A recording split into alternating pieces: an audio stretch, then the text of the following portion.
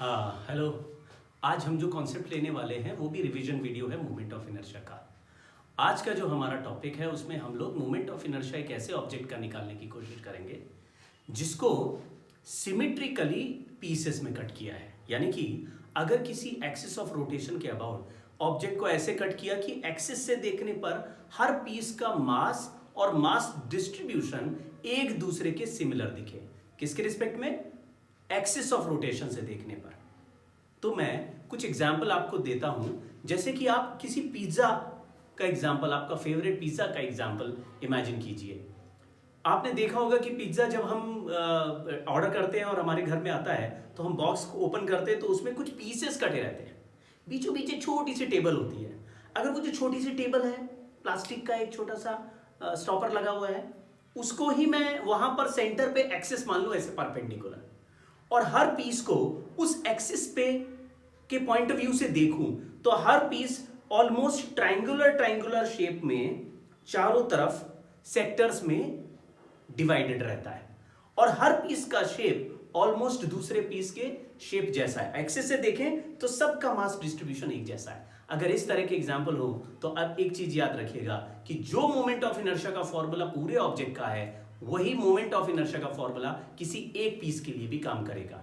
Distribution अगर same, axis अगर देखने पर हर पीस एक जैसा, तो सबके लिए फॉर्मूला भी सेम। लेकिन अगर एक ऑब्जेक्ट में 6 पीसेस किए तो सबका मोमेंट ऑफ इनर्शिया तो 6 टाइम्स कम हो जाना चाहिए पूरे ऑब्जेक्ट से।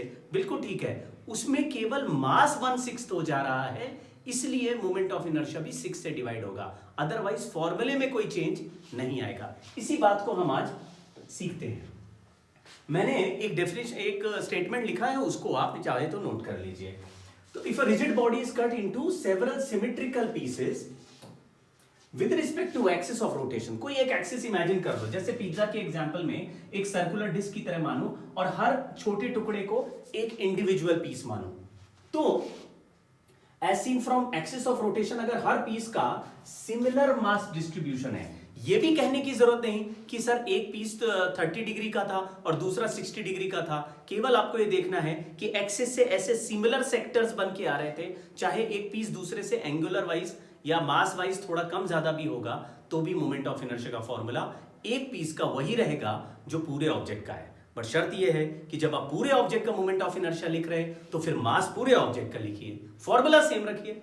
और अगर टुकड़ी का मोमेंट ऑफ इनर्शिया, पीस का मोमेंट ऑफ इनर्शिया लिख रहे हैं तो जिसका मोमेंट ऑफ इनर्शिया लिख रहे हैं उसी का मास आपको लिखना है। तो अगर मैं इस पूरी डिस्क का मास कैपिटल एम मानूं तो mr²/2 में कैपिटल एम, जबकि इस पीस का स्मॉल एम मास अगर है तो इस पीस का moment of inertia small m r²/2।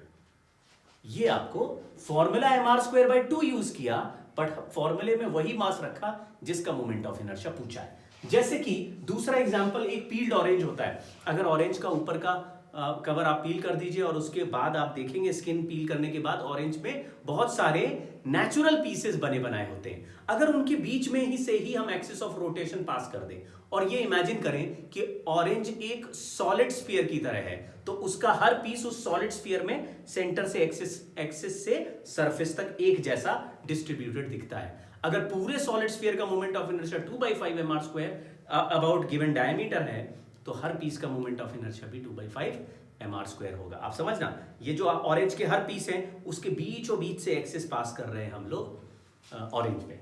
तो अगर आप ऑरेंज का एग्जांपल लेके इसको याद रखना चाहो या पिज्जा, अपना फेवरेट पिज्जा का एग्जांपल लेके याद रखना चाहो, तो ये कॉन्सेप्ट हमेशा आपके दिमाग में रहेगा। और याद रखिएगा, पिज्जा में 6 पीस या 8 पीस बन के आते हैं तो आप उनसे पूछिए कि भाई ये सारे पीस एक जैसे क्यों हैं, तो वो बोलेंगे जब आप डिस्ट्रीब्यूट करेंगे तो लड़ाई ना हो और हर पीस का मोमेंट ऑफ इनर्शिया सेम होता है।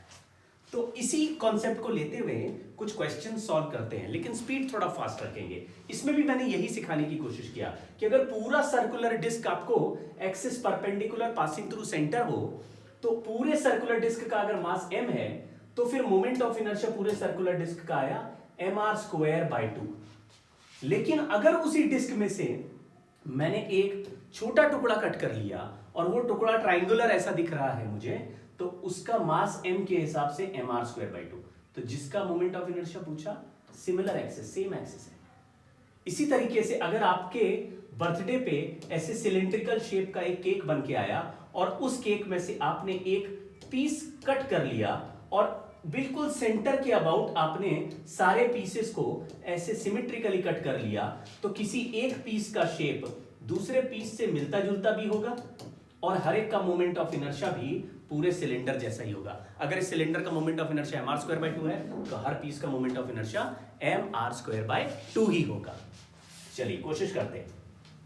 सिमेट्रिकली कट वाले ऑब्जेक्ट्स की बात कर रहे हैं, क्वेश्चन पढ़ते जल्दी से। The moment of inertia of uniform semi circular disc mass same radius R, देखो यहां पे जो सेमी सर्कुलर डिस्क है उसका मास ही m है, आपको यही पहचानना है। मास दिया किसका है? अगर सेमी सर्कुलर डिस्क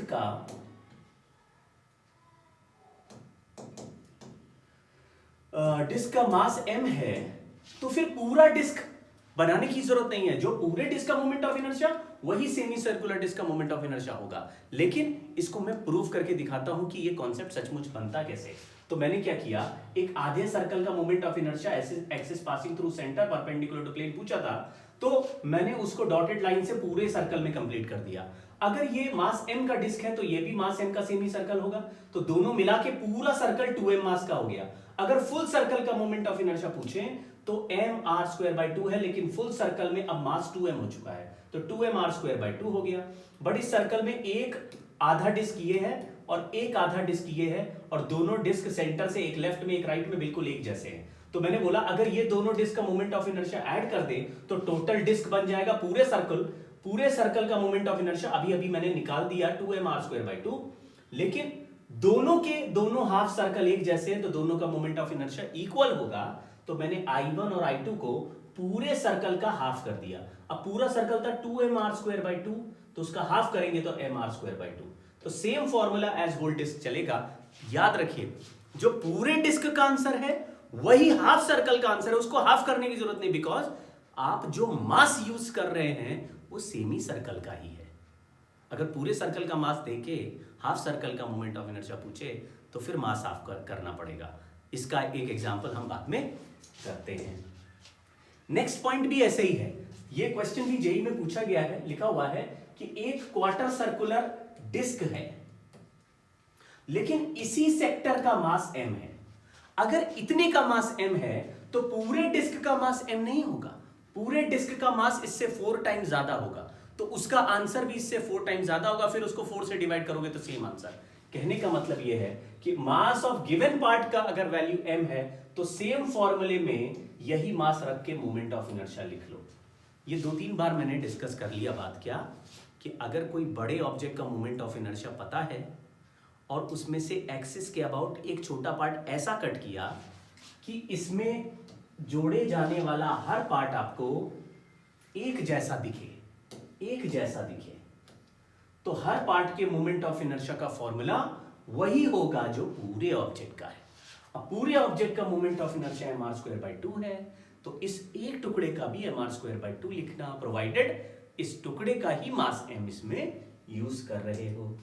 एक एग्जांपल और जल्दी से देखते हैं, लेकिन इस बार मास बदल रहा है। देखो लिखा हुआ from a circular ring of mass m, पूरा रिंग मास m का है और इसमें मैंने 90 डिग्री का सेक्टर कट करके फेंक दिया, इज रिमूव्ड। अगर किसी फुल सर्कल का मास m हो और उसमें 90 डिग्री का पोर्शन हटा दें तो जो बचा हुआ पोर्शन है उसका मास 3m/4 रह जाएगा। 90 डिग्री का पोर्शन हटाया यानी m/4 रिमूव्ड हो गया, तो रिमेनिंग मास हो गया 3m/4।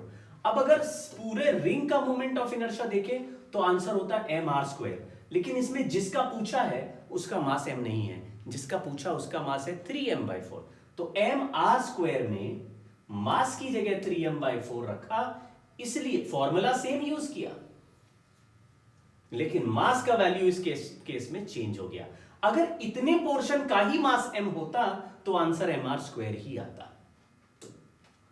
Next example, a rod of length l mass m is bent to form. ये शेप चेंज करने वाला एग्जांपल ही है, लेकिन इसको मैंने यहां पे इसलिए लिया, शेप चेंज में भी हमने ऐसा एग्जांपल लिया था, इसको यहां पे इसलिए लिया क्योंकि ये सेमी सर्कल बन रहा है। अब सेमी सर्कल बन रहा है तो आप इसको बड़े सर्कल यानी कंप्लीट सर्कल बना के उससे इमेजिन करके फिर मोमेंट ऑफ इनर्शिया लिखोगे।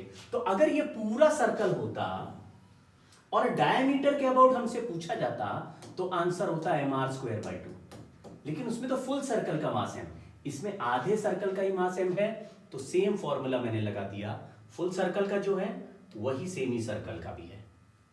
अब इसमें मास m इस सेमी सर्कल का ही दिया है, क्योंकि मास m के रॉड को बेंड करके सेमी सर्कल बनाया, तो मास तो m ही रहेगा, तो m की जगह m ही लिखना है। लेकिन रेडियस हमको दिया नहीं है, इसकी जगह लेंथ l दिया है, क्योंकि सेमी सर्कल का लेंथ होता है आधा सर्कमफेरेंस, पाई r को मैंने लेंथ l के इक्वल करा, तो r की जगह l बाई पाई इस फॉर्मूले में यहां रख देते हैं।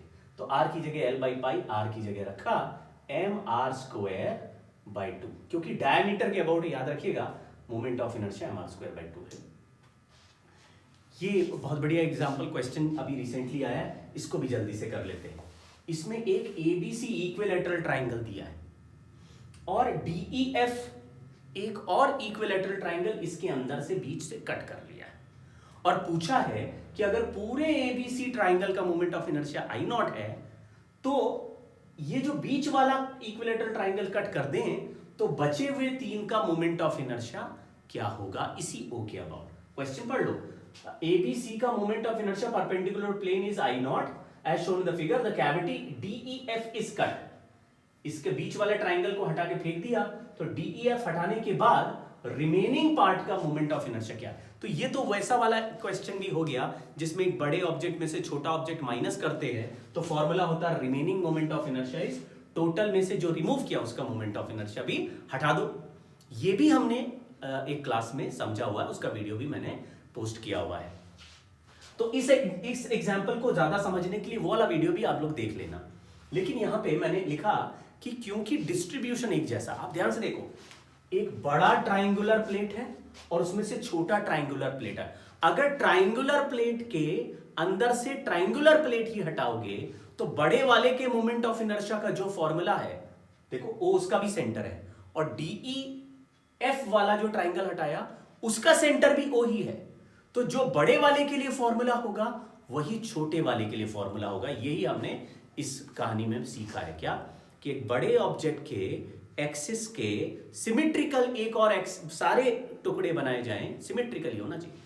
अब इसमें चारों टुकड़े एक जैसे नहीं हैं, लेकिन ABC और DEF एक जैसे ही पीसेस हैं, तो जो मोमेंट ऑफ इनर्शिया का फॉर्मूला ABC के लिए होगा वही फॉर्मूला DEF के लिए होगा। लेकिन डिफरेंस क्या है, जब ABC के लिए लिखेंगे तो ABC का मास और ABC का लेंथ लिखना पड़ेगा, जब DEF के लिए लिखेंगे तो DEF का मास और DEF का लेंथ लिखना पड़ेगा। तो फॉर्मूला देखो मैंने क्या मान लिया, पहले तो ये देख लिया कि DEF का जो मास है, क्योंकि एक बड़े ट्राइंगल में से चार छोटे ट्राइंगल बने एक जैसे, इसका मतलब है एक छोटे ट्राइंगल का मास 1/4 ऑफ बड़ा ट्राइंगल होगा। ये बात बड़ी एविडेंट सिंपल है।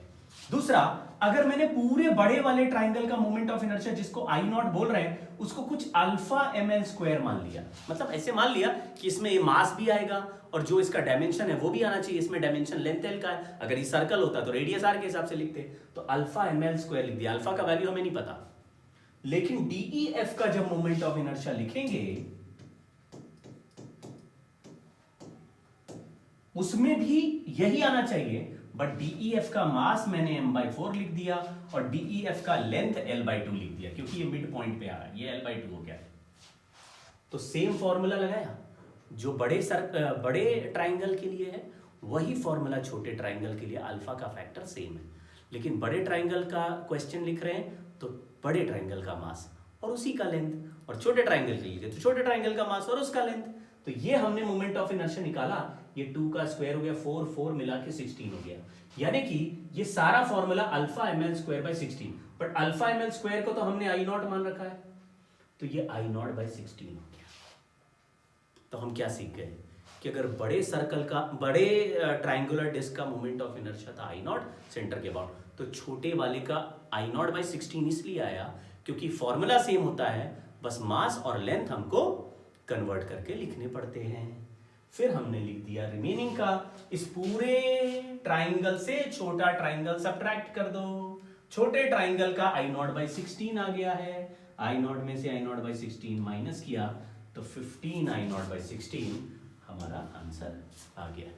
तो हमने यहाँ पे जो एग्जाम्पल किए, इस वीडियो को आप एक से दो बार देखिएगा, आपके दिमाग में एक पिक्चर बननी चाहिए। या कोई पूछे भाई सिमिट्री वाला कोई केस आप करके आए हैं, तो आपको हमेशा याद, हाँ हाँ हाँ, पिज्जा वाला एग्जांपल हमने किया हुआ है, जिसमें पिज्जा के हर पीस का moment of inertia central axis के अबाउट एकदम सेम होता है, प्रोवाइडेड पीस का मास रखा जाए।